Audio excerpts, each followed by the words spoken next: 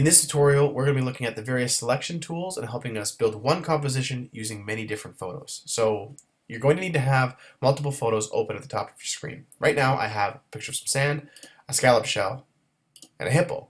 We're not going to really use the hippo till the end. We're just going to look at the scallop shell and the sand for right now.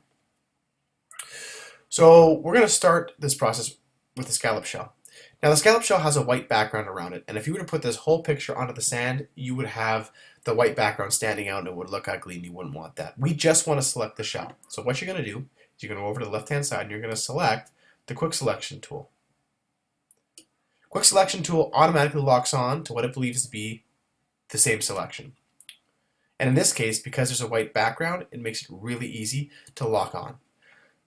So what we're going to do is we're just going to paint over top of the shell.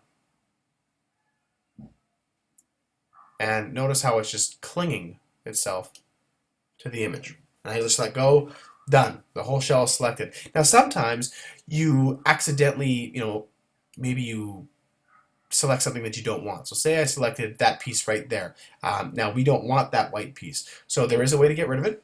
Instead of restarting, up at the top, there is 3 paint brushes, one with a plus sign, one with a minus sign. You're going to click the minus sign. The minus sign will deselect the selection. So all you have to do now is just paint back over top, and it should work itself back around to what it believes you want. So just paint around till it's selected. There we go. The shell is now selected. Once your shell is selected, then what you're going to do is you're going to go over to the arrow tool, top left hand corner, and you're just going to click on your shell and hold, and notice that there's scissors there. You're cutting out your selection. So I'm going to click and hold, and I'm going to drag it all the way up to the top where the sand is, and bring it down. Still holding, still holding. I'm going to let go, and there's your shell. Anytime you bring in a photo from another source, it creates a new layer. So on the right hand side you can see that there's a new layer called layer 1. If you want to hide the shell, you can click on the eyeball and hide it. If you want to just change the colors on the shell, make sure that layer is selected, and you go ahead and you can use the color enhancing tools that we've used in other tutorials. But there you go. Now sometimes you don't want the shell to be that size. Sometimes you want it to be bigger or smaller. So this is where we can go back up to that edit menu that we worked on before, that edit, transform, scale. And now you can make your shell bigger or smaller. I'm going to make this thing bigger. And notice when you start to make it bigger, it's going to get fuzzy. That's okay. That's normal. When you hit enter to set it, it will clear itself up. All right, I'm happy with that. I'm going to hit enter. And there we go. Our shell is now placed.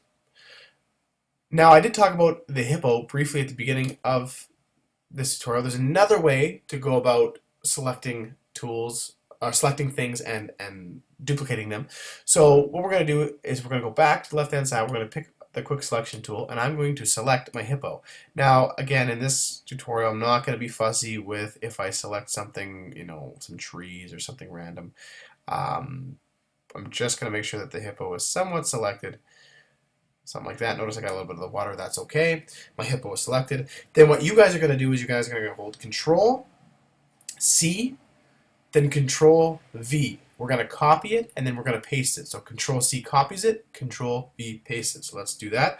We're going to go Control C, and then Control V, which pastes it. Now you'll see that it doesn't look like there's anything different, but there's a new layer that's now appeared on the right hand side. So there is 2 hippos on this page. There are 2 hippos on this page. So we're going to click on the arrow, and I'm actually going to move the hippo, and there we go. Now I've got 2 hippos on this page. So for this part of the assignment, you can do either or. You can copy one picture and put it onto another, or you can duplicate the picture or copy an image multiple times on the same picture.